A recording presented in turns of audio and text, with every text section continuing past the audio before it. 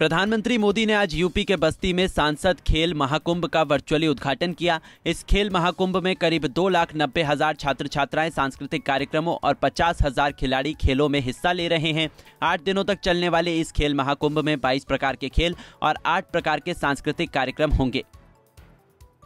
PM Modi ने युवाओं को संबोधित करते हुए कहा कि देश की बेटियां अब हर तरह के खेलों में अपना दमखम दिखा रही हैं। खेलो इंडिया प्रोग्राम के तहत युवाओं को खेलों से जोड़ा जा रहा है। पीएम ने कहा कि एक वक्त था जब स्पोर्ट्स की गिनती एक्स्ट्रा करिकुलर एक्टिविटी में होती थी, यानी इसे पढ़ाई से अलग केवल टाइम पास का जरिया समझा जाता था। मगर पिछले 8 से 9 सालों में देश ने इस पुरानी सोच को पीछे छोड़कर स्पोर्ट्स के लिए एक बेहतरीन वातावरण बनाने का काम किया है। इसलिए अब ज्यादा बच्चे और नौजवान स्पोर्ट्स को करियर के विकल्प के तौर पर देखने लगे हैं। सांसद खेल महाकुंभ के उद्घाटन कार्यक्रम में मुख्यमंत्री योगी आदित्यनाथ भी मौजूद रहे। उन्होंने कहा कि पिछले 8 सालों में पूरा देश और दुनिया एक भारत का गवाह बना है। बदलते भारत ने दुनिया को हर क्षेत्र में अपनी ताकत का एहसास कराया है। पूरा विश्व स्वीकार करता है कि ये पीएम मोदी के कारण ही भारत ने दुनिया का नेतृत्व करने की क्षमता हासिल की है। दोबारा बीजेपी अध्यक्ष चुने जाने के बाद जेपी नड्डा मिशन 2024 की तैयारियों में जुट गए हैं। अध्यक्ष पद पर एक्सटेंशन मिलने के बाद अब जेपी नड्डा अपनी नई पारी की शुरुआत यूपी से करेंगे। नड्डा कल सबसे पहले वाराणसी पहुंचेंगे, जहां बाबा काशी विश्वनाथ के दर्शन के बाद 20 जनवरी को गाजीपुर में जनसभा करते हुए 2024 के चुनाव शंखनाद करेंगे। दिल्ली में बीजेपी राष्ट्रीय कार्यकारिणी की बैठक के बाद अब बीजेपी की यूपी प्रदेश की भी कार्यकारिणी होने वाली है। लखनऊ में 22 जनवरी को यह बैठक होगी, जिसमें रक्षा मंत्री राजनाथ सिंह, सीएम योगी, दोनों डिप्टी सीएम समेत लखनऊ के सांसद और बीजेपी के कई नेता शामिल होंगे। इस बैठक का मुख्य मकसद यूपी में 80 लोकसभा सीटों को जीतने पर होगा। साथ ही उन बूथों पर भी बीजेपी विचार करेगी जहां वो कमजोर है। बता दें कि बीजेपी चाहती है कि यूपी के सभी 80 लोकसभा सीटों पर वो जीते। समाजवादी पार्टी के अध्यक्ष अखिलेश यादव इन दिनों तेलंगाना के दौरे पर हैं, जहां वो कई कार्यक्रमों में हिस्सा ले रहे हैं। इसी कड़ी में आज सुबह अखिलेश यादव ने यदाद्रिगिरी मंदिर पहुंच गए, जहां उन्होंने पूजा अर्चना की। उनके साथ दिल्ली के सीएम अरविंद केजरीवाल और पंजाब के सीएम भगवंत मान भी नजर आ रहे हैं। बता दें कि अखिलेश के इस तेलंगाना दौरे को आने वाले चुनाव के मद्देनजर काफी अहम माना जा रहा है। उत्तराखंड के जोशीमठ में भूधंसाव की त्रासदी को लेकर सपा अध्यक्ष अखिलेश यादव ने भाजपा सरकार पर निशाना साधा है। उन्होंने ट्विटर पर जोशीमठ मामले को लेकर ट्वीट करते हुए लिखा है कि राजनीतिक प्रभाव से वैज्ञानिकों पर दबाव बनाकर भाजपा सरकार ने जोशीमठ की दरारों की सच्चाई छिपाने की कोशिश की। लाखों लोगों की जिंदगी दांव पर लगी होने की वजह से ये बहुत गंभीर विषय है। जोशीमठ की परियोजनाओं के बारे में पर्यावरण प्रभाव आकलन की रिपोर्ट का खुलासा होना चाहिए। अब उत्तर प्रदेश की जेलों में बंद कुख्यात अपराधी और माफिया पर सीसीटीवी कैमरे से निगरानी होगी। मुख्यमंत्री योगी आदित्यनाथ ने प्लान तैयार कर लिया है। राज्य के 30 जिलों में सीसीटीवी कैमरों की संख्या बढ़ाने का काम चल रहा है। प्रदेश के 30 जिलों में 933 सीसीटीवी कैमरों से निगरानी होगी। प्रदेश के जिलों में सीसीटीवी की संख्या बढ़ाने और अपग्रेडेशन का काम जारी है। बुलंदशहर कलेक्ट्रेट गेट पर धरना दे रहे भारतीय किसान यूनियन एकता फौजी गुट के कार्यकर्ताओं को पुलिस ने हटा दिया। लापता किशोरी की बरामदगी समेत कई मुद्दों को लेकर भाकियू कार्यकर्ता कुलावठी धरना दे रहे थे। किसानों ने पुलिस प्रशासन पर दबाव बढ़ाने के लिए कलेक्ट्रेट गेट बंद कर रखा था, जिसे पुलिसकर्मियों ने दल बल के साथ धरना स्थल से किसानों को पीछे हटा दिया।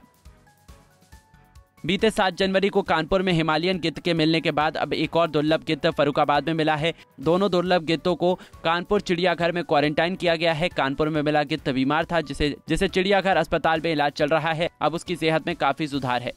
चिड़ियाघर के पशु डॉक्टर्स का कहना है कि 15 दिनों का क्वारंटाइन पीरियड पूरा होते ही दोनों गिद्धों को खुले आसमान में छोड़ दिया जाएगा। फिलहाल दोनों गिद्धों पर डॉक्टर की टीम नजर बनाए हुए है। मेरठ पुलिस ने 15,000 के इनामी बर्खास्त इंस्पेक्टर अमित कुमार को उनके घर से गिरफ्तार कर लिया है। आरोपी इंस्पेक्टर के खिलाफ बनारस में एक महिला ने दुष्कर्म और मेरठ के सिविल लाइन थाने में चोरी की कार चलाने का मुकदमा दर्ज कराया था। बताया ये भी जा रहा है कि गिरफ्तार किए गए बर्खास्त इंस्पेक्टर पर इसके अलावा भी करीब 1 दर्जन सदमे हैं। बता दें कि आरोपी को पकड़ने के लिए एसएसपी ने 15,000 रुपए का इनाम घोषित किया था। आरोपी के पत्नी ने भी पूर्व एसएसपी मंजिल सैनी से मिलकर घरेलू हिंसा, पारिवारिक विवाद और मारपीट का मुकदमा दर्ज कराया था। अब पुलिस को सूचना मिली थी आरोपी अमित अपने घर में रह रहा है, तभी पुलिस ने मौके पर पहुंचकर उसे दबोच लिया।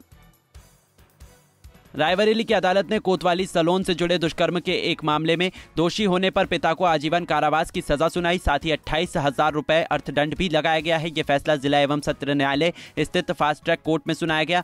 बता दें कि 21 जून 2021 21 की सुबह करीब 5 बजे पिता ने पीड़िता के साथ जबरन दुष्कर्म किया और उसे उसके नाना के यहाँ छोड़ गया था। लेकिन जब पीड़िता गर्भवती हो गई तो मामले का राज खुला, जिसके बाद शिकायत के आधार पर आरोपी पिता को पुलिस ने गिरफ्तार कर लिया था। इटावा रेलवे स्टेशन पर 10वीं क्लास की छात्रा से दुष्कर्म मामले में पुलिस ने आरोपी सफाई कर्मचारी को गिरफ्तार कर लिया है। बता दें कि सफाई कर्मचारी ने नाबालिग के साथ झांसी इंटरसिटी ट्रेन में दुष्कर्म किया था। दरअसल बच्ची अपने माता पिता के डांट से नाराज होकर अपनी नानी के यहाँ जा रही थी। गलत ट्रेन में बैठने की वजह से बच्ची इटावा रेलवे स्टेशन पहुंच गई। इसी दौरान 15 और 16 जनवरी की रात को इटावा झांसी इंटरसिटी की खड़ी बोगी में बच्ची के साथ दुष्कर्म हुआ, जिसकी सूचना मिलने के बाद पुलिस ने आरोपी की पहचान कर उसे गिरफ्तार कर लिया।